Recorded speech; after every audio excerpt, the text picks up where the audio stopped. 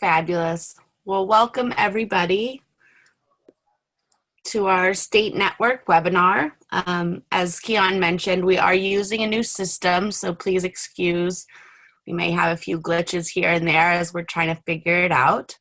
I will direct your attention though, at the bottom of your screen, there's a little chat bubble, and feel free to direct any questions or comments you have during the webinar there, and we'll get to questions at the end, or I can try to answer them as we go along. So welcome everyone to the October Take Action webinar. We're here live with, my name is Keon Bliss. I'm one of the grassroots volunteer coordinators for Move to Amend. And Millie Harmon is also a grassroots volunteer coordinator and is joining us for this call. And we've got a few other panelists who are joining us from across the Move to Amend Coalition and the state networks. Barbara Girton from Minnesota, Mary Sue Geminer and Sandy Bolzinius from Ohio, and Cindy Black and Tony Stefnik from Washington State. And we will be presenting this webinar on how to start a Move to Amend state network.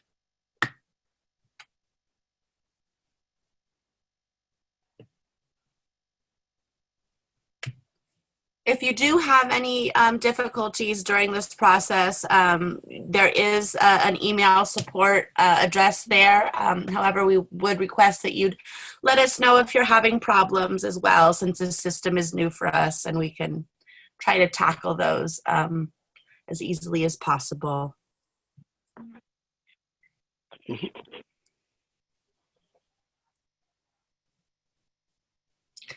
So we'll start in with our agenda. I'm going to go through a quick overview of Move to Amend, just as a refresher, or if there's anyone new to us. Then we'll move into sort of an overview of the state networks that we have so far. We have, as Keon mentioned, some of our fabulous affiliate leaders with us from Washington, Minnesota, and Ohio. Keon's going to go over sort of a phase we see for the future, which is state chapters, as well as how you may get started in your own state to organize. We'll try to save all the questions for the end, as well as next steps you can take.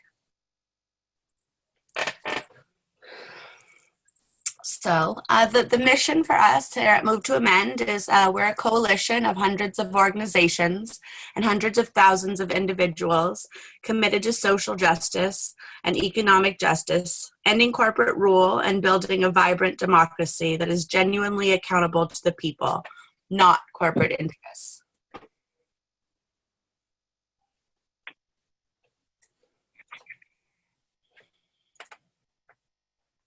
Our goals, the first goal is really to pass the We the People amendment. It's the only amendment out there that makes clear that artificial entities do not have constitutional rights and that money is not speech. Artificial entities being nonprofits, for-profits, unions, corporations, and really all entities created by government. Another goal is to provoke discussion and organizing about how to make the promise of American democracy through constitutional renewal. We see the passage of the amendment really being the first step in making this democracy possible.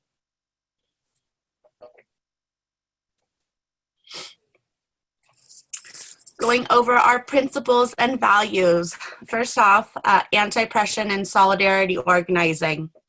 We believe it is crucial to understand the close relationship between structural oppression based on race, class, gender, etc., and the current dire state of our democracy.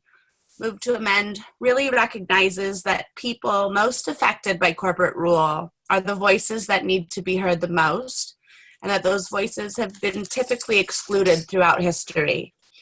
We therefore find that we must be diligent to build solidarity and trust across differences, so those voices are heard and we are able to grow a mass movement strong enough to win against corporate rule. How we do that is through coalition and movement building. The only way the Constitution has ever been amended is through people's movements. And so we recognize that the leadership and the bulk of the work is going to come from people organizing with other people on the ground floor. We do this by coalition building and connecting with others in social justice efforts. Grassroots organizing. We really believe in grassroots organizing. True movement building does not occur top down, but must start in our communities, educating and supporting each other. This is why we are structured with local affiliates on the ground and a small national team assisting those efforts. 4 is our dedication to political education. Every successful social movement has been dedicated to political education. We really need to understand how we got into the mess we are in now and recognize that they are not new problems. We are a country founded on the belief that property should take precedence over people, and that at the time, many people were actually treated as property. Change will only occur by realizing the bigger picture, the flaws in our political history, as well as the social movements that have gotten us to where we are now. And lastly is our political and economic independence. It is absolutely crucial for the success of our movement to maintain independence. We are not connected to any political parties, and the majority of our funding comes from individuals. In fact, our average donation is right around $40. We are firm in this, as we want to make sure that our strategy and values are not beholden to the discretion of large donors or political parties.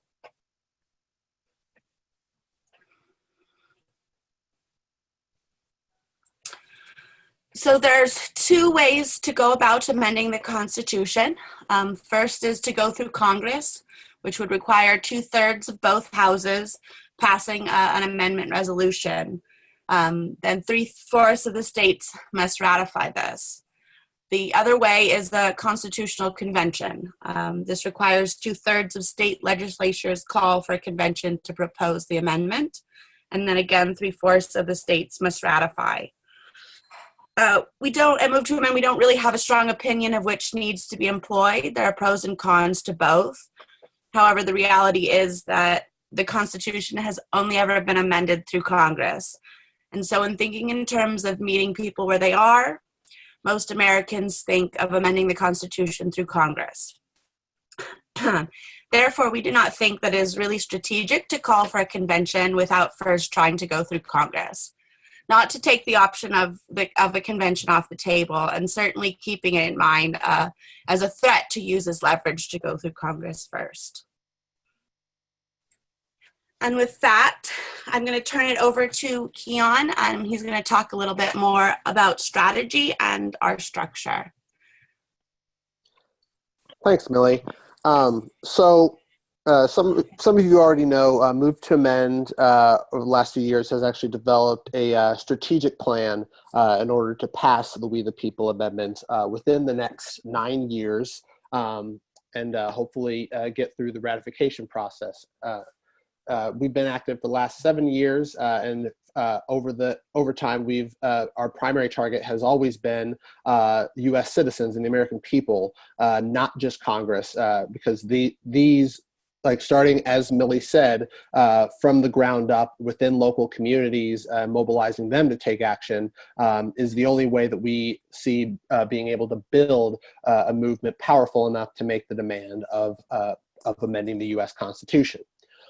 We do this through coalition building, as Millie had described. That includes reaching out to other organizations who are working on issues that intersect with corporate rule, the issues of corporate rule and participatory democracy, as well as local communities, particularly those most vulnerable and marginalized and affected by the impacts of overwhelming corporate power on the political process. And then to do that, in order to build a coalition and movement powerful enough to pass the 28th Amendment, we need to have a broad and diverse, multiracial and intergenerational movement. That means we need to reach out to those who are struggling, who are fighting on the front lines of corporate rule, especially like those communities who have always tend to be left out of the conversation of actually having a democracy and actually being guaranteed representation within the political process. So this is what has been done. We don't do this simply in a vacuum. We actually follow in the steps of many past movements who have been instrumental in getting the changes that we have now, and have been successful in helping us pass many of the 27 amendments that have already been passed within that. And so we're really following their examples, the lessons that they learned, the successes that they had, and then also we're applying the failures that they had from within their movements in order to inform how we build this coalition and create the movement that is powerful enough. And we do this through community organizing, which is not just activism, but actually mobilizing people with concrete goals that are set, within the local and state levels, as well as the national levels, and really providing a structure and a voice that is channeled to target to speak specifically to the powerful within all levels of government. So that's why we tend to focus, our strategy is focused on grassroots organizing, and we do this to help pass local and state resolutions that specifically call for a constitutional amendment that addresses both court-created doctrines of corporate constitutional rights and money as speech. In order to put pressure we do this because obviously power comes from the bottom up, not the top down, as we are often led to believe. And by passing local resolutions, it puts pressure on state legislators and representatives and government and state government, and which then, when we pass, which will be instrumental in passing state resolutions, which then put additional pressure on federal representatives in the federal government to eventually take action on this amendment. And the goal is, the strategy is, of course, thinking that if, assuming that these local and state governments pass these resolutions, they're also potentially will help us when it comes down to passing the amendment. When the vote comes in Congress, eventually people who move from Congress to the state level will become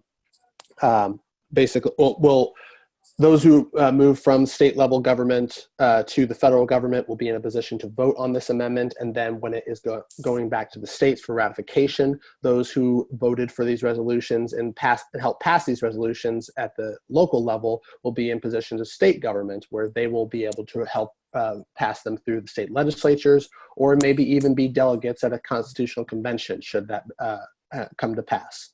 But everything is within a broader sight of really forwarding this amendment and putting ourselves in a position where we can get this passed and ratified within a reasonable amount of time. So Move to Amend structure around the strategy, we have been building at the grassroots level, and as many of you know, we've been building this bicycle as we go along over the last 7 years. We have at the grassroots level, we have local Move to Amend affiliates who have been doing this work who've been absolutely instrumental. We would not have the progress that we have right now without local volunteers and organizers on the ground floor, helping us pass local resolutions, hosting public events, and organizing for presentations and speaking with their friends, families, and neighbors, and as well as their local and state governments and federal representatives to propose the We the People Amendment, to put it in Congress, and help garner support and momentum at the grassroots level. Apart from just Move to Amend affiliates, we also have We the People Amendment working groups, which are which harken back to the original form of Move to Amend affiliates, which were more started on an ad hoc basis and didn't have as much cohesive structure for many of those groups. Some of them have come and gone, others, but many of them have stuck around. And working groups are basically more of the ad hoc style groups where they're still getting formed. They don't have the capacity yet to fulfill the expectations that Move to Amend's national team has for affiliates, but they still want to support the We the People Amendment and helping pass this, helping build the movement. So they're doing the work that is within their capacity, with the hopes that they will eventually get enough members and enough supporters to become full-fledged Move to Amend affiliates. So with that said, the national structure, the national team is consisted of a national leadership team, our national board of directors, that is, and also has a full-time staff, which is a very lean full-time staff. We actually have no more than 8 to 9 full-time staff members working, as well as an intern team that changes from during the spring and fall, usually about 5 to 6 interns to help really carry the load of a national coalition of more than 440,000 supporters and over 50 local affiliate groups spread out across the country. We also do our work and set our strategy, our goals, and create resources to support Move to Amend affiliates and working groups through our national committees. We currently have committees focused in political organizing, grassroots movements, media and communications, outreach and engagement, and law and research, as well as development, which we're currently in the process of creating, but really we make this open for Move to Amend affiliates and dedicated supporters to join as well. So this isn't just national team, the national team members of board and staff participating in these national committees, but also local affiliates like several of you, and also ordinary supporters who are dedicated to seeing this amendment passed. We also have issue and sector caucuses because, as Millie had said before, we need to build this coalition around groups that are focusing on issues that intersect with Move to Amend's issues. And right now we have an art and culture caucus, which is dedicated to raising awareness and mobilizing people and inspiring those to get involved in our movement through creative actions, artful media and videos to share around, as well as even through music. So that's going along well. We also have a labor caucus that's dedicated to getting support from organized labor, being such a critical source for social change within the United States for over a century, and their responsibility is basically recruiting central labor councils and local labor unions and halls to pledge support for the We the People Amendment and organize and support with us. And this caucus sets goals and actually is comprised of members of organized labor, our immediate allies in the work ahead. We also have an interfaith caucus, which is a group of people from various faith-based communities, and as well as ethical values communities, coming together to reach out to other communities of faith and their own congregations, basically to work in support of making clear human need and well-being, the moral values that human society has, are respected and protected against the harmful impacts of corporate rule and its frequent violations of such. And more issue and sector caucuses are in development, including an educator caucus, which I invite all of you to participate in once it's ready. So what do Move to Amend affiliates do? One of those key things is to organize our local communities to take action and defend our right to self-government and challenge corporate rule. Because as we know, if we stand still and allow them to do this, they will continue to gain ever more power. So we really need to be ready to take the fight to them and really be ready to take action and defend our right to sovereignty.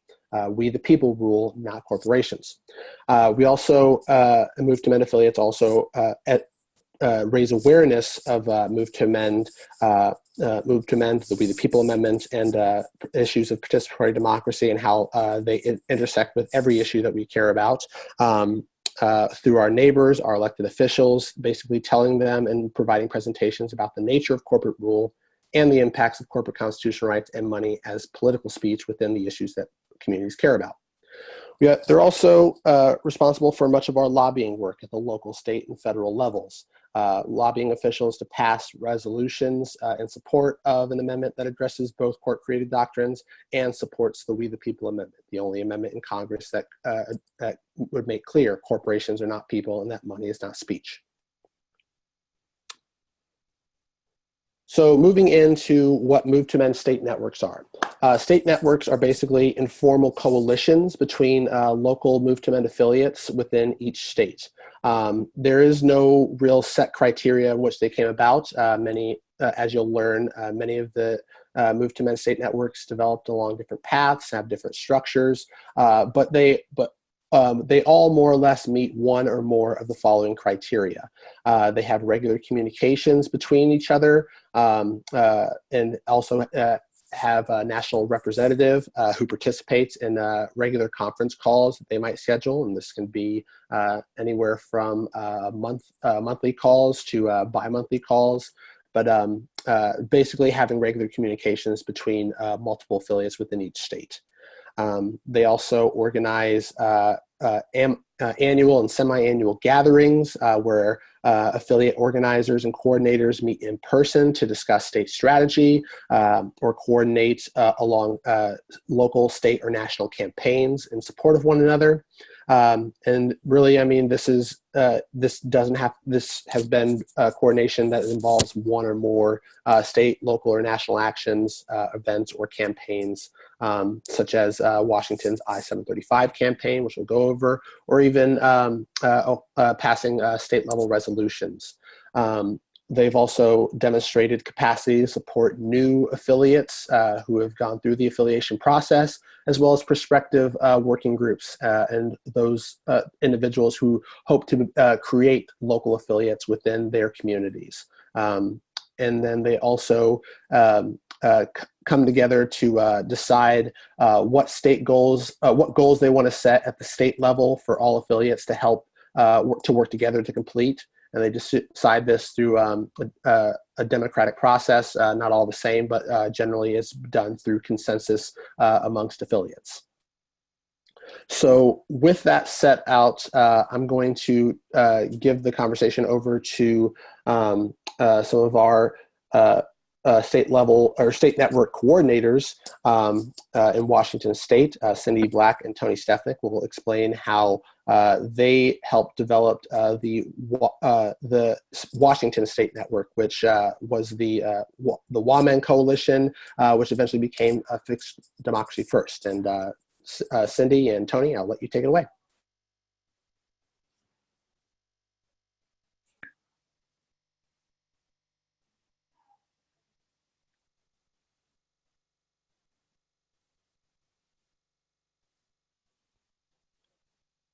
I don't know if you're still on mute, Cindy or Tony, but we can't hear you.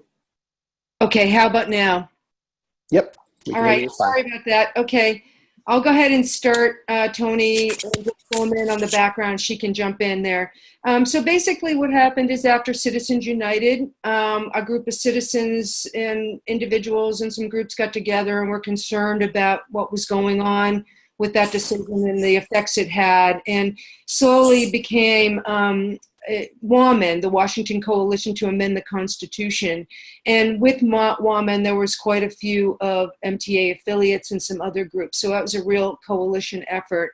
And then after the election, WAMEN was basically a political campaign set up mainly to pass the initiative. And then instead of letting it dissolve, we decided it was best to merge with Fixed Democracy First to continue. So basically what happened is we had a couple of different attempts. We did not pass on our first attempt. In fact, we tried through the legislature and the legislator several years, and Fixed Democracy First was a big part of that, as well as WAMEND, and that's how the coalition formed with those two groups, as well as others, and it just wasn't getting anywhere. And that's where the amendment came in, or to do the initiative for the amendment, and to get us on record that that's what we wanted for Washington State. And so we tried first with 1329. We fell short. In Washington State, by the way, there's two ways that you can do a ballot initiative. You can do it initiative to the people, or you can do initiative to the legislature. The first one we did was initiative to people, which gave us a shorter time window to collect signatures, and then it's on that same year ballot, where initiative to the legislature gave us more time. So we decided after coming up short, and I want to just put a shout out to folks like Tony and everybody else. 1329 was not a failure. We collected 175,000 signatures using only volunteers, and we spent $40,000 on that campaign. And we learned a ton, which was why we were able to go off and continue to do 735. And we chose to do initiative to the legislature because that gave us a longer time window to collect signatures using a volunteer effort, and then a longer window for campaigning. And so I want to turn it over to Tony now and talk about the MTA affiliates and their role and how we got that amendment passed.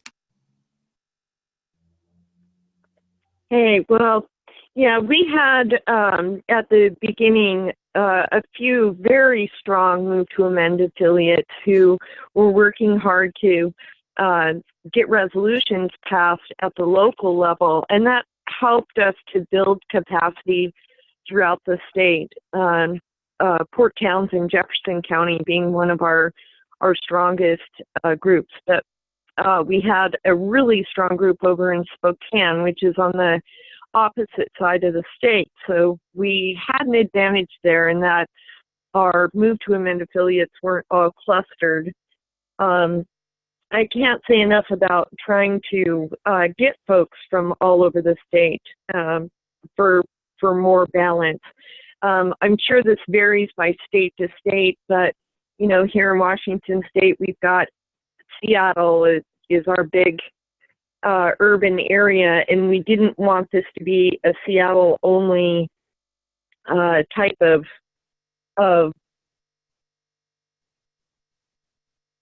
the state was very, very important. And coming together in person to form that mission, inform the priorities. As Cindy mentioned, we tried for a couple of years to get it through legislatively, and we did see some progress. We got closer and closer each year, but we figured the amount of progress that we were making from year to year was not going to get us there in even 10 years. So that's why we decided to go ahead with the initiative to the people. I know not all states have that option, but we were fortunate here. I will say that even though we have the initiative process to use, it's not set up for such a grassroots coalition as ours. You know, the shorter signature gathering times and the amount of money that it takes, boy, we pulled off a miracle, so to speak, by doing it within the amount of money that we had. And let me take a look here. You know, but we had real accountability in the organizing. We had the WAMEND, the statewide coalition, and that was a steering committee that met monthly and helped, you know, form the overarching goals for the organization. And then once we built the capacity, we had a field organizer, a team leader, where we had identified leaders from all over the state. And were weekly. We were really pushing hard, and our team leader at the state level was able to meet the needs of the local affiliates across the state. And maybe, Cindy, you can talk a little bit about the fundraising aspect of how we were able to get the banners and supplies and have those available for our groups across the state. So that was pretty critical.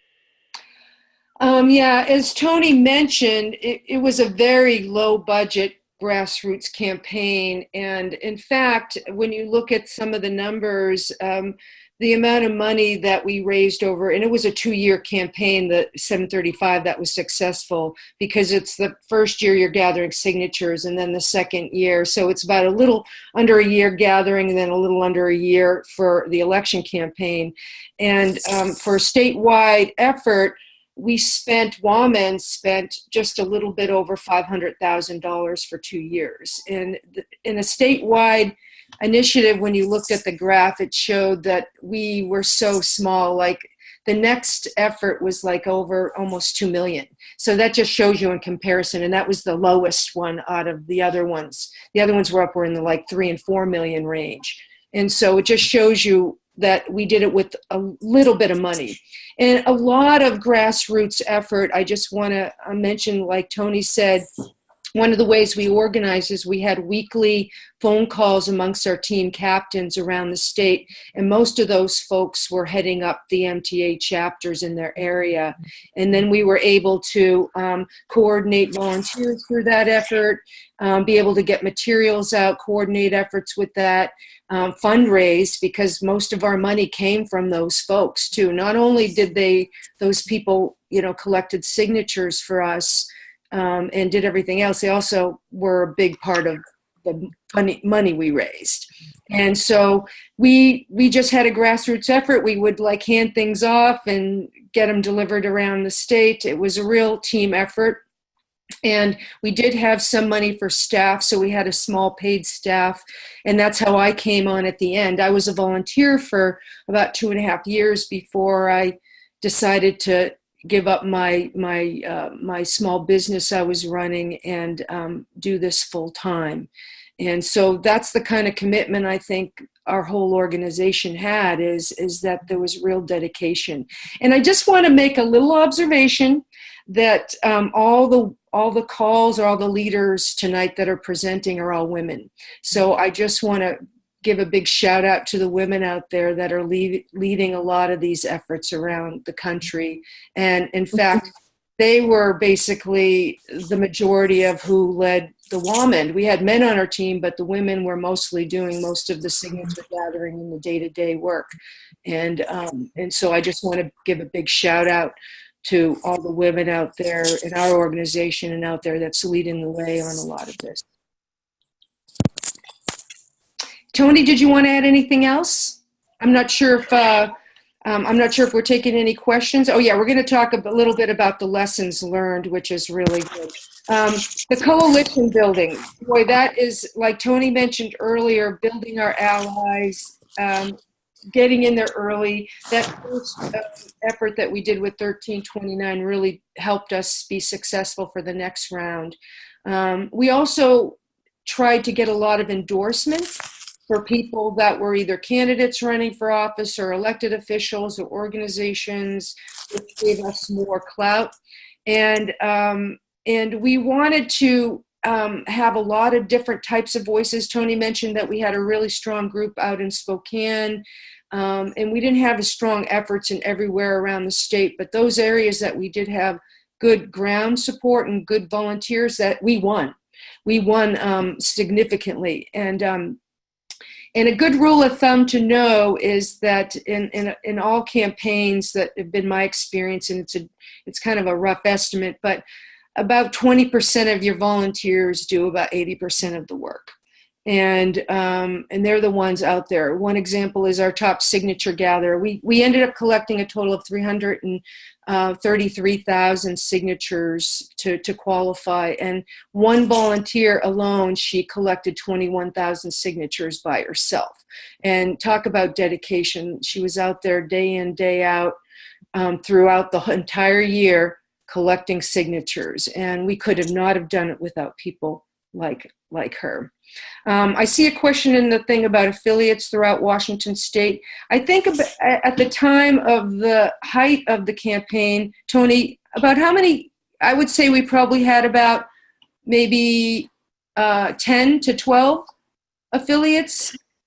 I would say that's accurate. 10 to 12 really pretty solid working groups with, in some of the more rural areas, we'd have just a few people working together, but we always encouraged, everyone to jump on those weekly calls.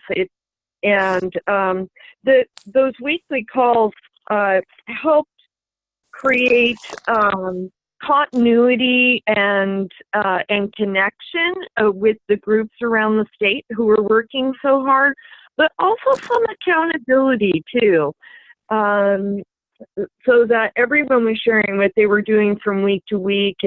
And when one area would have a big festival, affiliates that were close by would jump in and try and help them cover those to get the maximum amount of signatures out of them. But a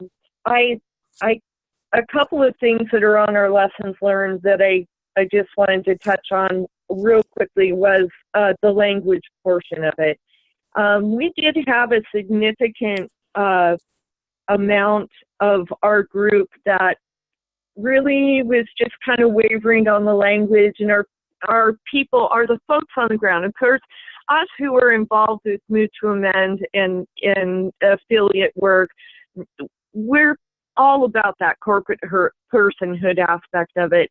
But will the voters understand it? Will they really get the message? And we just stood firm as Move to Amend affiliates and said, we cannot go forward without the corporate personhood aspect to our initiative or any of the efforts that we're going to make throughout the state. And you know what? People did get it, and they did understand it. And we really won this thing across the political spectrum. There were very rural areas of our state that went 80% or better for Trump that passed our initiative, no problem. People understand this issue, and I think that's where the one size does not fit all comes in. Adapting your message to target your audience is a big deal. Using those words that connect with political persuasion that's different than your own, and in bringing those people into your coalition. We even did at the end there, we did Tea Party, and I mean, we were all over the map doing outreach. And just a couple last things about volunteers. It's absolutely the truth that 20% of your volunteers will do, vast majority of your work. But that's not to say that volunteer that's only able to do one thing or come in and out on a very limited basis. I personally, running my local affiliate group, tried really hard to make those people feel welcome, to make them feel appreciated, to let them know that we understood that everyone, is busy. They have lives and obligations and families, that anything they could do to help would be great. And so they felt really, kind of took some of the guilt out of it, and they felt good about stepping back in when they had a little bit time a couple months down the road or 6 months down the road. And so it's important to really value every single employee, every single person, volunteer. And that's all I have, Cindy. Just to add on the volunteer piece is that I do think there is ebb and flows with volunteers. Like Tony said, sometimes people will come out and do a lot of work and go away for a while, or just do a little bit and come back later. And I think that's just part of the way it is with volunteers. I mean, people have lives, things happen, people get sick, or they have to go take care of a loved one. So you just have to have flexibility and always be recruiting. I don't know how to say that enough, but always be recruiting new volunteers, because you're going to need them, because that ebb and flow, if you keep recruiting people, that builds your movement, and you can fill in those gaps when folks have to step back. I don't know if there's any more slides. Was that it? Yes. Okay, Thank you, I think Cindy. we're done there. Yeah. Thank you so much, Cindy, and Tony, for that great presentation. Like I said, let us know if you have any questions towards the end. We'll answer the rest of your questions that you might have from this presentation towards the end. Next up, we're going to go to the Minnesota State Network and bring on Barbara Gerten. Join us. Well, hello, thank you. Thank you, Kian and Millie, for inviting me to participate in this panel. I want to acknowledge that every state will come to the stage of becoming a network for a different reason and with different structures in place. So with the three that are being presented tonight, I think you should get a good variety of how these networks come about.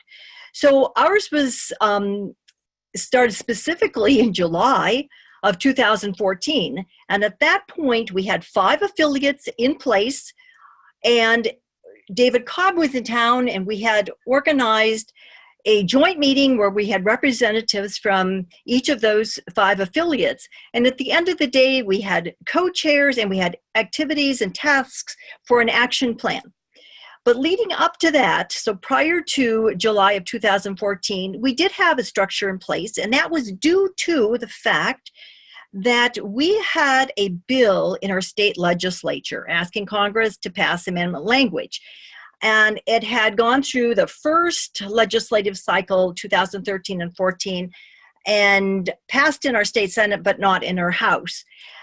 After that, we actually have had 2 more cycles. We're in our 3rd cycle right now, and continue to work to get that bill passed. So with that 2013-14 legislative cycle, we had been doing grassroots organizing, mainly by one of our affiliates. The St. Paul area Move to Amend affiliate really thought in terms of organizing using the entire Minnesota Move to Amend database. In that time, it was Nation Builder.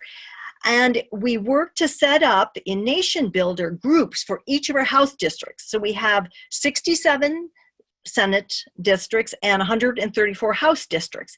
And we used those groups to make calls to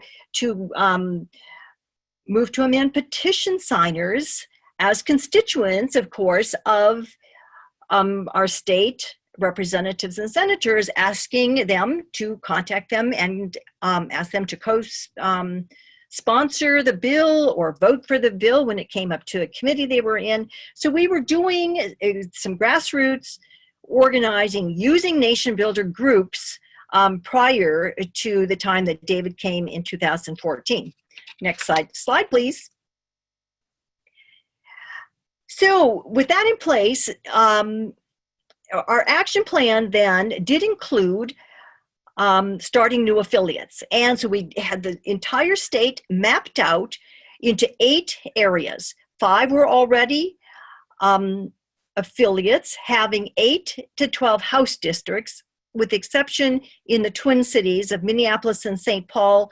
We had 35 to 45. That's where the population is, and so we have a lot more House districts in that area. So those two affiliates had a lot of districts, representatives and senators in their areas. But we worked to get affiliates in the other areas that we had designated.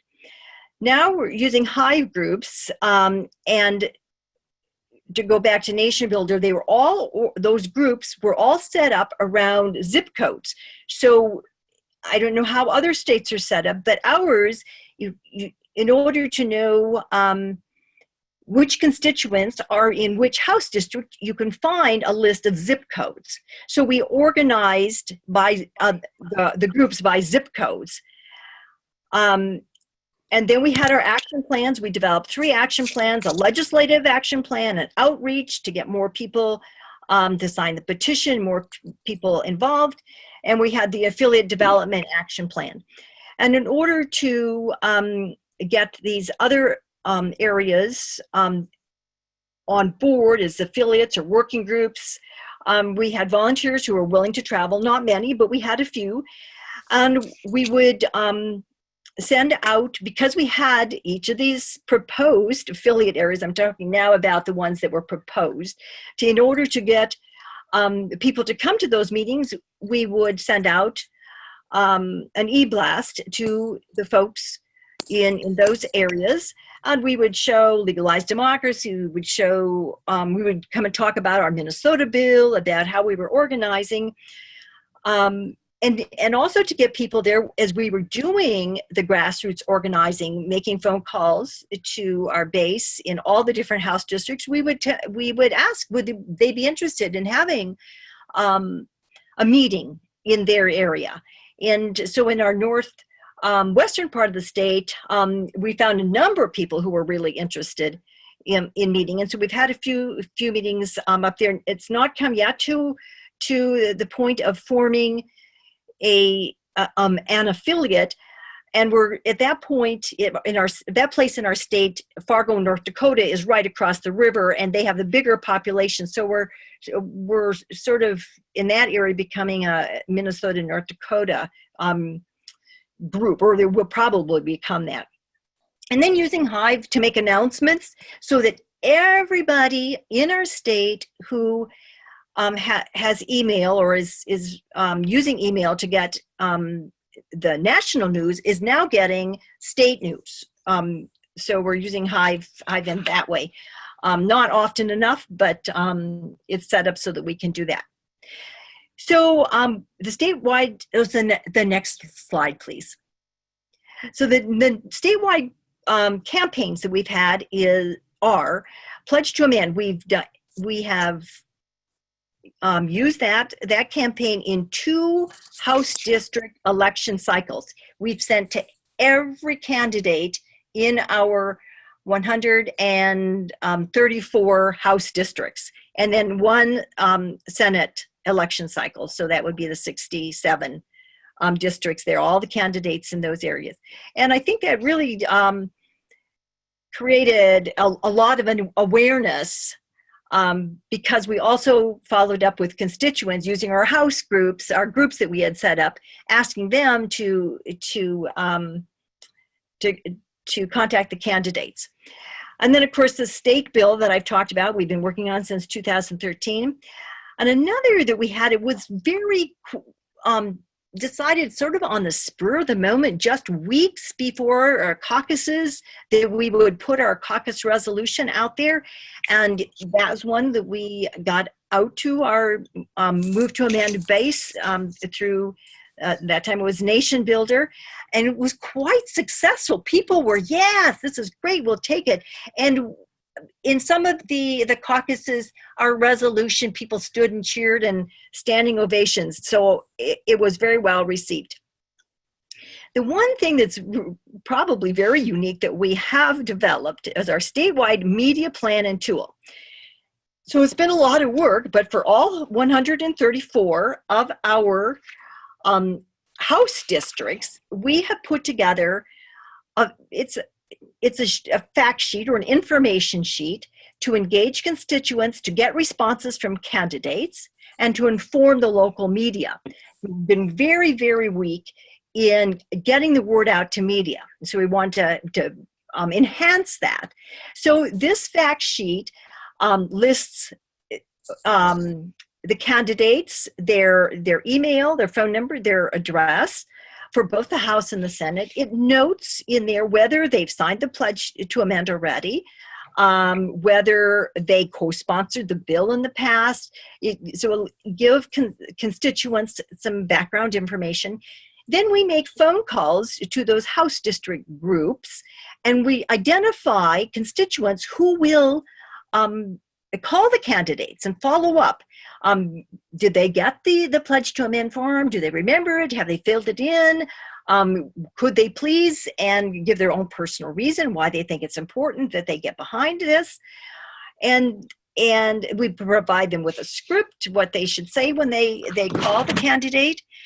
And then we try to get more than one. We try to get 3 constituents from every House district, and only one of those will we ask if they would follow up with the media. And so we give them a media release, and we actually have done all the research to find local news outlets who are covering elections in those districts. And then they can send that media release off to those local media forums. And so we attach the media release, a questionnaire, because if the candidate said, "Oh no, I didn't see it," or "Oh, I saw it, but I threw it out. I wasn't interested, and now okay, I am because I'm getting calls from my constituents." So we provide that information to them. So that's one tool that we have developed. All right, and next slide, please. So what's worked? Everyone in Hive gets emails about Minnesota Action. So even if there's not an affiliate in their area, they do know that something is happening in Minnesota, and usually around the Minnesota State Bill. Our phone calling, phone banking, and mailings have been very successful, and we're starting to make more and more connections in areas in which we do not have affiliates. Really helps with relationship buildings, trying to call same people back again to develop those relationships has helped. We're doing some specialization, excuse me. For instance, we have Jeff, who's become the expert in posting contents for eBlast for not just the affiliate that he's mostly involved in, but with other affiliates. We have Lynn, she's the expert in entering the petition signers onto the spreadsheets and uploading them. We have Roger, who is very interested in the U.S. Senate races. So he will set them up and then invite people throughout the state in order to let them know and to invite them to come. And then we have our statewide action plans that we've developed. We get together once a year and put those together. All right, improvements needed. So we're finding that it's in the areas where we don't have affiliates that our meetings have not been as successful as we like. And I'm thinking that we need to target more to the issues in the area. For instance, in the northwest part of the state, it's a huge potato growing area. Most of the potatoes for McDonald's are grown there, and they are so toxic, and there's lots of concern about the drift of all the pesticides, the fungicides, and everything. So we need to connect in with an issue that people are involved in the area. Frac sand mining along the southern, southwestern border, factory farming in the western part of our state. So we think we need to do a better job of that, and that will help to pull more people in. We need to have our Hive groups up for each of our House districts so we can get to our next election cycle. We can start making those phone calls. Again, we can be very flexible with which state representatives and which state senators need to be targeted. because they're on the committees. Many of things happen so fast that it's you can't just take days to then get these things set up. So that's one thing that needs improvement.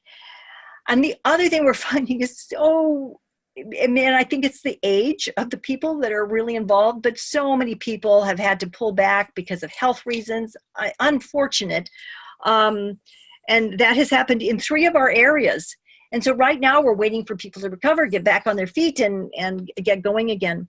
The other things we've learned, there's 2 things, and then I will be finished. That once we've had 3 affiliates go inactive, and we're working to get them going again, but it's very hard to re-energize an affiliate that has become inactive. And once it's the leadership is white and older, that also seemed to be very, very difficult to change. But we're working on all of those things. And so thank you. And if there's any questions at the end, I'll take those. Pass. Thank you so much, Barbara. Really appreciate your thoughts and stories of success as well. Hopefully that has been well received, and we'll open up for questions at the end again. Next up, we are going to review or hear the story of the Ohio Move to Men's State Network from Mary Sue Miner and Sandy Bolzenius. Hi, everybody. I'm going to go ahead and start. This is Sandy, and then Mary Sue will take up the structure in place, and some other. We'll just pass it off during the session. So, as far as getting started, we started with affiliate conference calls. We were lucky enough to have a number of affiliates or partner groups early on, and there were conference calls arranged for the state, and I think there were national conference calls as well. People started getting on those, and the same people were getting on those. And so little by little, this evolved into the our Ohio State Network. Now, along with that came the annual statewide gathering, and I cannot impress how important that was to the development of our network.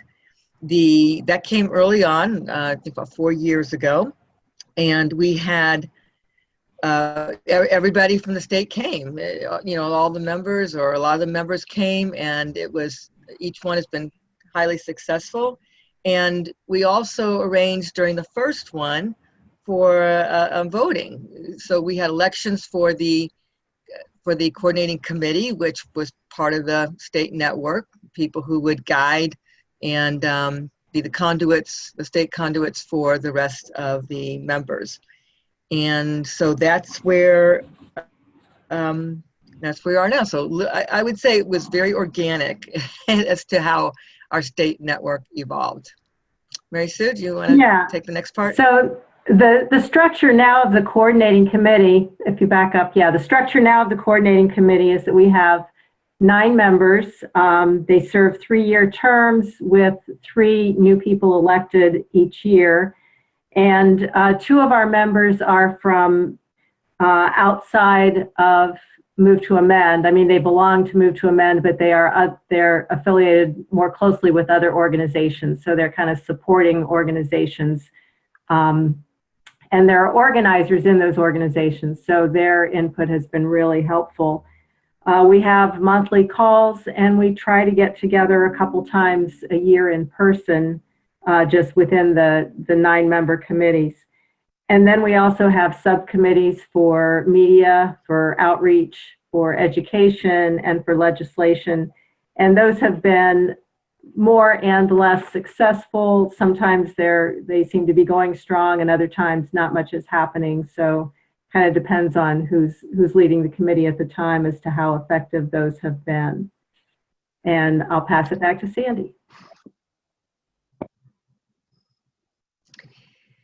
The advantage of having a network like this is that you can find out who is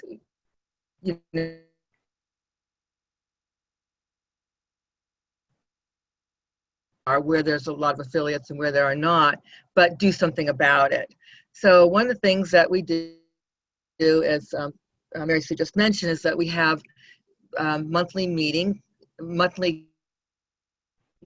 now for the new affiliates and for this around the state, we're that's more, we're doing it every 2 months because we're not having as many people come on each call. So we thought, well, let's try it every 2 months and build up the interest in that way. Anyway, so we schedule meetings and phone calls every 2 months now for the members, and we're trying to start these new affiliates in that way. Of course, starting new affiliates, it's really important to have volunteers, and I can speak from very recent experience just a few days ago on how that has been working here. You know, traveling to another place about an hour away from my area, Columbus, and you just need a couple of people who will set up a venue. This part of town, you know, this part of the state, and we're here to work with you. And of course, a really good overview kind of presentation that's interesting and informative, and also is geared toward the issues that that particular region or city or county is facing helps greatly. So that's where we are working now. We're trying to start new affiliates around the state. Our statewide, I'm sorry, Sandy, go ahead. No, I was just going to pass. Go ahead. Okay. So at the state level, we have introduced the We the People amendment into the legislature in both the House and the Senate. We don't anticipate that it's going to go very far at this point. There's not a lot of momentum behind it, not a lot of co-signers right now. And so we need to continue to focus, you know, at the grassroots level within the individual affiliates. And in that area, we've really been a lot more successful. There have been 10 ballot initiatives that have been passed around the state, mostly actually along the northern tier from east of Cleveland to Toledo. And then we've also had 13 municipal resolutions or ordinances that have been passed. And one of the things that we're able to do is support those local affiliates as they go for the ballot initiative. And by region, I mean that, you know, the Cleveland people are willing to drive to Toledo and spend a day helping gather signatures. And I'm sure the Cincinnati people are going to come up and help me, and the Columbus people are going to come down and help me when I get started here near Dayton in Trotwood. The other thing that we've done is we've used the 10-year strategic plan that National developed to set our own statewide goals. So if National needs this many signatures, then what's Ohio's share of that? So that's how many signatures we know that we need to continue to push for. The number of endorsements, the number of congressmen who are signing on to the We the People amendment at the federal level. So all of those initiatives we've tried to match to the national plan. And then our media plan, we have a state page on the Move to Amend website, so we post things there. We send out Hive blasts at the state level, and we also have a state Facebook page that we use to distribute information. Sandy? Okay. So what's worked? Well, the annual gatherings are delightful. Obviously once a year with the annual, but the coordinating committee organizes these events, and they always happen in the same place so far, and in the middle of the state. And yeah, brings energy, new ideas, and really helps us build relationships among the different groups. So. And last year we were lucky enough to have Dennis Kucinich speak, so that brought in many more people than otherwise would have attended, which is what we want. We want to introduce Move to Amend to as many people as possible. As Mary Sue and I have both mentioned, we have the monthly calls for the statewide members, but also for the coordinating committee, and with a couple of in-person meetings. What's really worked for us as well is just getting help and advice for the different strategies that we've been using. For instance, there were a number of our localities worked on democracy days and got them and held them, and discussed how to bring these about and how to be successful at them. So that's been really great. Another thing is, and this is pertinent to Ohio, we have this particular issue about drug pricing. It's been very contentious. So it was brought up in the meetings and the coordinating committees, and we discussed it to decide what we would do about it as a state. Now, the intricacies of that is not important, but what is important is that this was an Ohio issue, and Ohioans from Move to Amend were discussing how we would manage it. Also, just keeping each other up to date, encouraging each other. As Mary Sue mentioned, we broke down the 10-year strategic plan to see what Ohioans could do. We keep each other up with the different updates and progress in the state, in our areas. And the last thing I'll mention is when we're working with representatives, it's really great to know who has been talking to whom. For instance, with senators, it seems like nearly a lot of parts of our state, a number of places in our state have been talking to our senators. And that's a good thing to know, because then that gives us a little bit more weight or at least we've been talking to the aides, I should say, and that gives us a little bit more weight when we say, hey, we really want to talk to our actual, actual representative. So those are some of the things that have been working, I think. So then, Pass? Yeah, the last thing we want to talk about is where we think we need some improvement.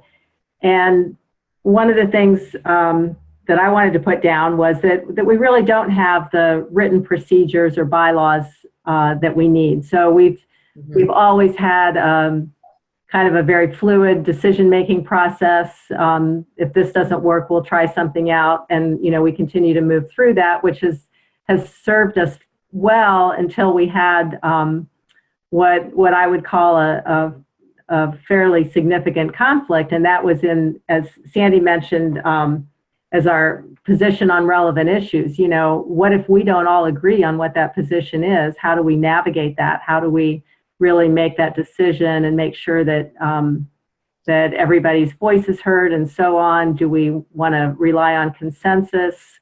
Do we vote? How many people would it take to get so on? So we didn't really have that process in place, and we did get through it, and we did make a decision about the issue, at least as to how we were going to present it in public, and got that out. But we would benefit from getting things written down, I think. Engaging local participation in the Ohio network has been difficult. There's, a few core people who continue to step up and do the coordinating committee. Getting new people in has been a little more of a challenge. And as Barbara had mentioned with Minnesota, we kind of have the same problem with local affiliates who have gotten a ballot initiative passed, and then they feel like they're done, and they don't really feel like they need to do anything more with Move to Amend. So trying to re-engage them has been a challenge. We also need more diverse leadership. That's kind of an ongoing problem. And I think the last one is because we have one really strong leader in Ohio who's a wonderful person, and we rely on that person quite a bit. And I think we need to take the opportunity oftentimes to recognize that and take some of the responsibilities on ourselves as opposed to relying on one person. It's easy when you've got a star to depend on your star. So I think that's, I wanted to mention one other thing, and that was that Barbara had, when she mentioned specialization, that just sounds like something that we need to add to this list of improvements needed. I think we could benefit in Ohio by working on specializing on some of the things that we need to do. Thank you. Thank you, Mary Sue and Sandy. That was really informative, and glad to see that we're all learning from each other, even as we do this presentation. So those are just a few stories of success from our current state networks that we have. And just to be clear, you know, that's they're not the only ones that are forming right now. Some are even more informal and are working to get themselves established as we speak. Some of them already meet that criteria and just are kind of, you know, are still building up to the capacity of communicating across large states. California and Florida are just a couple of examples and are really close to getting themselves started and are eager to get work going as we speak. But eventually, the future phase, you know, the next step from state networks is to eventually create fully functional state chapters of Move to Amend. And these would be a more formal coalition of local affiliates within a state where the chapters will need to formally apply in order to be accredited as a Move to Amend state chapter. And this comes with particular advantages such as representation on Move to Amend's national board, or we're also considering a potential advisory committee that might include state chapters and or a few state networks, you know, after meeting certain criteria. But these are currently in development. Right now we're determining what criteria to be that needs to be met before state networks can be considered fully functional state chapters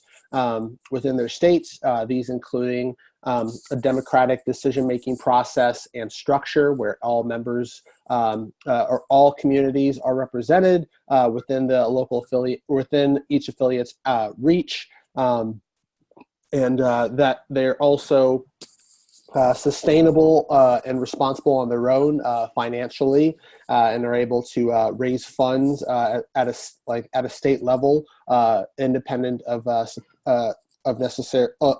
direct help from Move to Amend National. They would also maintain a commitment to using and enhancing Move to Amend's national infrastructure, so they'll actually be able to not only make full use of Move to Amend's database, our websites, and our email systems, but they can also potentially help support and enhance those and eventually keep updating them as well. They'll also be more diverse. They'll maintain a representation that is diverse and balanced in their leadership. This means, as several of our panelists have mentioned, you know, having more representatives of color, there's already a good balance of women that are already in prominent leadership roles within the Move to Amend coalition, but also having folks from other demographics represented as well, Latinx, LGBTQA, people from low income and less impoverished communities, but also you know, people who are immigrants and from other countries. But this is something that we're still working out, and there's plenty of work that needs to be done to go around at all levels of our coalition, and beyond just diverse and balanced leadership representation, we also would expect state chapters to have, or we're considering having state chapters demonstrate a capacity to organize around state campaigns, express movement building and coalition building with local and state level organizations that would be included within that state chapter infrastructure. And of course, as Move to Amend affiliates are already working into, and most have already adhered to Move to Amend's principles and our 10-year strategic plan, as well as maintaining their commitment to anti-oppression and community building work that is part of Move to Amend's core principles. But as I mentioned before, this is currently in development, and we're hoping that as part of our strategic plan to introduce state chapters here at least 1 to 3 within the next year, potentially, maybe. But again, the strategic plan is a living document, so we're kind of we're continuing to adjust and reassess our strategic plan on an annual basis and multiple times throughout the year with prominent feedback from affiliates, especially those who are already involved in state networks. So how do you get started? Well, if you are on this call right now and you are not currently involved in an affiliate, or there's not an affiliate group near you, we highly encourage you to start a Move to Mend affiliate or potentially get started as a working group with the goal of becoming an affiliate.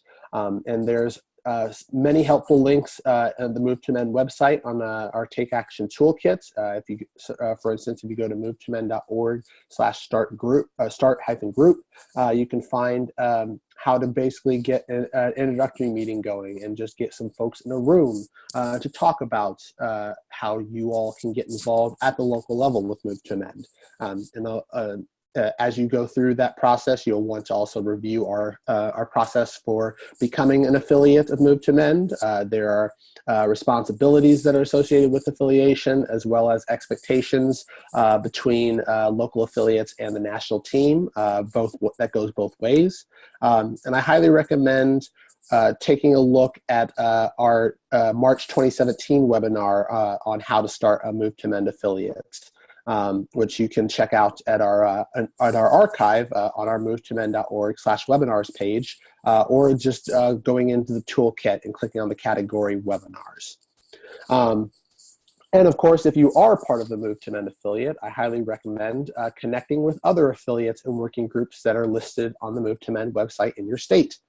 You can easily schedule a joint meeting. This can be either a phone call with representatives from affiliate groups within your state, or it can be an in-person meeting, which I highly recommend doing. Many of these networks have already mentioned they have annual meetings where they actually get together in person to talk shop of how you can organize and coordinate at the state level. But really, the first step is just to reach out and make contact with other affiliates who are involved in your states. And then even if you're just the only affiliate in your state, and we have several affiliates that are doing that work right now, we're here, like the national team is here to help you get started. And you can easily help start other Move to Mend affiliates, similar in the ways that these state networks in Ohio, Washington, and Minnesota have done to really just get the ball rolling. You might be the first affiliate to get the network started, and you're totally fine if you're able to help. That might be your focus, is just helping get other Move to Mend affiliates started. And that's something that we at the national leadership team can help you with. If you contact our national office, 916-318-8040, or you can email affiliate-support@movetomend.org if you have any questions or need any guidance on how to get started. And of course, take a look at our Move to Mend website, and feel free to reach out to anyone who was on our panel or in the currently established state networks, and really cross-pollinate across state lines. This is what coalition work looks like, and they have. And there are many organizers besides the ones who were just mentioned on this call, who can provide insight and maybe direct you in the right, or give you some guidance in the right direction on how to get a state network started where you're at. So now we're going to open it up for any questions from folks here in the audience. So Millie, I'll let you take it, or go ahead and take it away if there are any questions.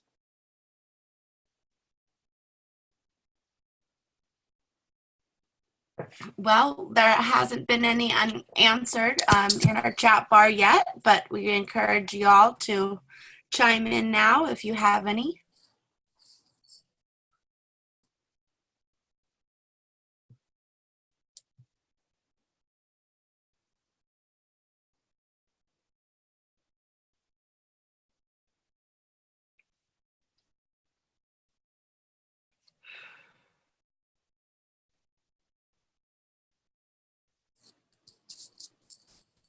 Well, there's no worries. If there's anyone who, or if you do come up with questions after this webinar, you're, as I said before, you're more than welcome to call the national office, or you can reach out to any of the affiliate organizers who presented on this call to follow up and ask them more personalized questions and help get a network started in your state. Keon, Yep. there is a question in the Q&A. Oh, go right ahead. What's the question? Lorraine is asking, what is the difference between affiliates and chapters? So I mean, affiliates are just the local groups that are started within a town or county within a state, and then state chapters. Those don't exist yet. We're still in the process of developing the state chapter accreditation, so that hasn't been set yet. The different, like what we have right now are state networks, which are more informal coalitions that have developed and basically connected with other local affiliates across their states, and they meet just like one or more criterias that we consider to make them state networks, but they also are in regular communications with one another, as I said before, and they also have regular communications with themselves, and included a representative from national to help inform the conversation. But they also may do work, just within their communities, working on local or state campaigns together, or traveling to one another's areas in support of one another. But really, I mean, there's no defined line, and state networks come in all shapes and sizes, as we have shown. So really, it's up to you. The first step towards getting a state network started is to communicate with other local affiliates that are organizing within your state. I apologize. I didn't see that there was a separate Q&A section than the chat bar. But Sandy is asking, how did the Washington groups raise funds to pay an active member? This is Tony. I can take that. By the skin of our teeth, that's how. We did, the first part, when we were going through the first couple of years legislatively, we just did it all volunteer. We didn't really raise money. That wasn't a focus at all. But once we decided we were going to go with a ballot initiative, then we knew fundraising was going to be a big deal. And thankfully, to get us started, a few of our key members were also very strong union members. And so some of our earliest money and endorsements coming in were union. And we very early on hired a campaign manager, or a fundraiser / campaign manager, and quickly realized that one person couldn't do both of those jobs. So we always had someone focused on fundraising, and we set ridiculous goals for ourselves and wondered how we were ever going to make them. But, as the word got out and we just worked our hearts out, and we're doing these presentations, and we're, taking in donations and just letting people know, the money started rolling in. But again, the whole entire time, it was by the skin of our teeth. At the very last of our initiative campaign, we went to Cindy and I and a couple other key coalition members went to a national conference in Washington, D.C., a citizen leadership conference. And when we went there, it was early October. We had a month left until the vote. And we didn't know how we were going to even pay our staff. We literally had like $2,000 in the bank. And we went there and weren't able to raise any money, but somehow, somewhere, the Bernie Sanders and Our Revolution campaign got wind of Initiative 735, and they put the call out nationally, and that brought in the last bit of money to get us over the finish line. So you just set crazy goals, and you do have to, if you're going to go for a very organized statewide campaign, you do have to have a fundraiser at the center of that.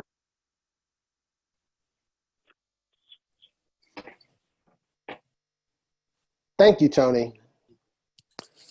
We have a couple more questions here. Greg asked, do you see at any point where state chapters might relate, communicate to one another for support?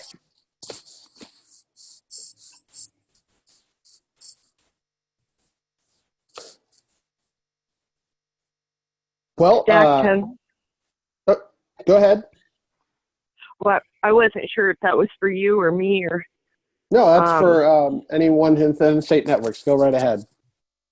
Well, let me just throw out there one of the things that Washington wants to make sure, because even though we've passed the ballot initiative, we still actually have a strong core group through Fixed Democracy First who's working exclusively on this issue. And so we have, you know, the bylaws from our Lawmen structure days, all of our campaign materials, and people are more than welcome to please reach out to Cindy Black or myself or any of our other steering committee members. We would gladly pass along any information or materials that we have. Thanks for that. Lorraine is also asking, will there be one chapter per state, which is my understanding. How about you, Keon?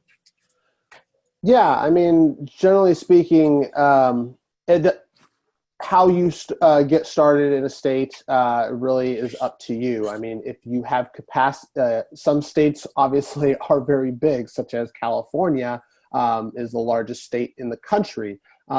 I would recommend, you know, like if at first you have to only get started with certain sections of your state, that's okay, that's understandable. And then like maybe have if there isn't something there within like another part of your state, or there's much activity as far as communications between affiliates and other parts of the state, you know, that's okay. Maybe you can still call yourselves, you know, say California State Move to Men State Network, and you're just in the process of reaching out to other parts of your state. So, but generally speaking, I mean, it's we haven't encountered a state where there have been more than one Move to Men state network before.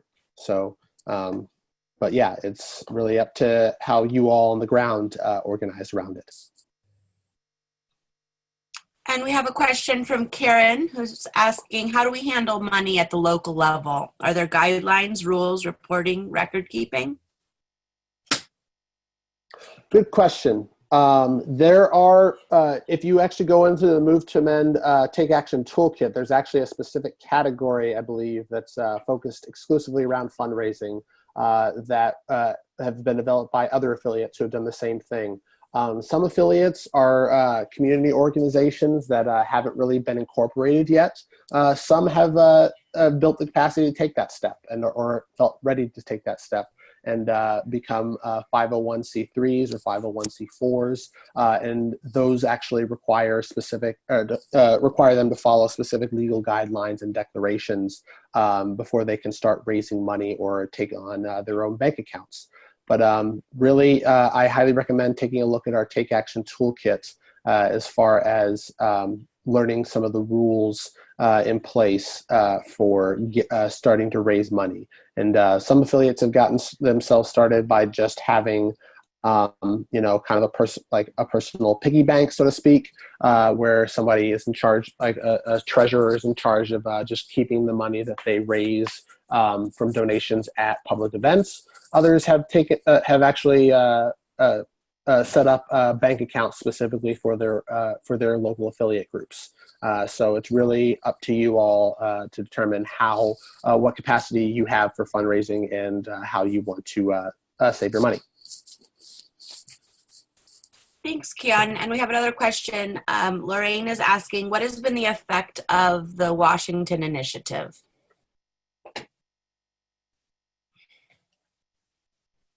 Tony, maybe I'm you sorry. can repeat that. Molly, can you repeat that, please? What has been the effect of the Washington Initiative? What has been the effect? Mm-hmm. Well, we campaigned our whole entire time thinking we were going to be the 17th state, and we actually became the 18th state. So certainly building momentum on the national level. And then we won the initiative in all 10 congressional states very handily here in Washington across the political spectrum. And that really shows the, I guess, nonpartisan, I don't want to even say bipartisan, but the nonpartisan appeal to people. You know, even Trump ran on the whole drain the swamp, and people hooked into that. That was a touchstone for them. They know that money in politics is a big problem. So helping to build the momentum nationally, and also because of the decisive win, it has allowed us to continue to really get on our legislators, our congressional representatives in the House and the Senate. We won all the districts, so people of Washington State want this, and it's going to be a really fantastic tool in the upcoming campaign season when we pressure candidates. You know, are you with the people of Washington on this issue?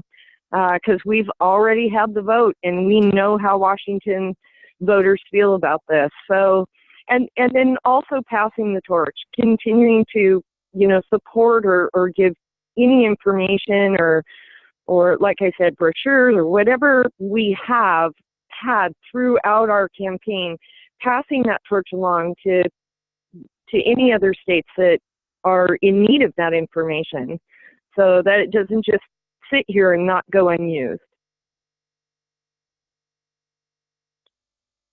Yeah, well said, Tony. And really, I mean, it's been like as Tony said, it's been raising awareness and that is used as substantial leverage, especially when lobbying our federal representatives. And Washington has been very successful in getting additional co-sponsors for House Joint Resolution 48 added on there following the passage of I-735, and even in the buildup to passing I-735.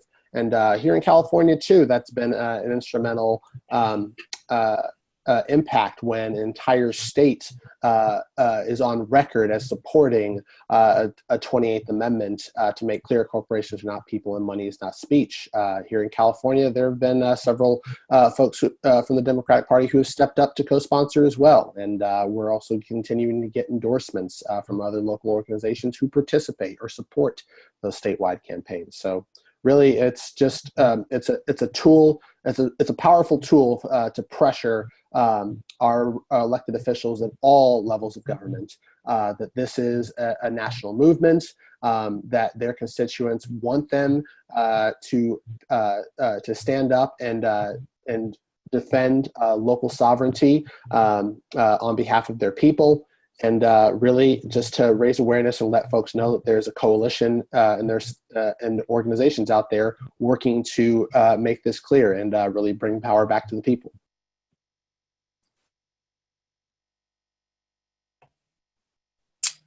Well, that's the last question we have here, unless anybody has any last minute thoughts.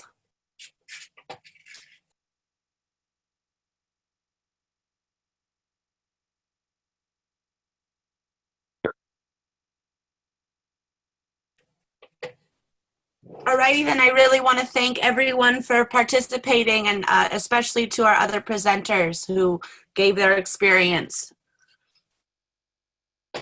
Mm-hmm. Thank you all so much. So the next steps following this webinar, please, I know this is a new program that we're using, and I'm pretty sure there's still a survey at the end of this webinar that you'll automatically be directed to after we end. So if that's available, please complete that survey. Let us know how this presentation went, how the technology worked for you, and also let us know if you have additional follow-up questions that you'd like to ask, or if you'd like us to reach out to you following this webinar to get in touch and talk about next steps that we mentioned here. You can contact Move to Amend's national office if you have any additional questions by emailing info@movetoamend.org or calling our phone lines at 916-318-8040. Now, the next webinar is tentatively set for November 8th. That's the first Tuesday of November at 5 p.m. Pacific, 8 p.m. Eastern, as most of our webinars tend to be. But that date is subject to change, so keep an eye out at the webinars page if you go to movetoamend.org/webinars in case that date may change. But I want to thank you all again for joining us for this insightful conversation, and hope it was very informative for you all. And we will talk to you again here very soon. So thank you all on the panelists, Mary Sue, Sandy, Tony, Cindy, and Barbara for participating in this process, and of course my co-presenter Millie. Thank you all for coming. Thank you. Good Thank night. you. Good night.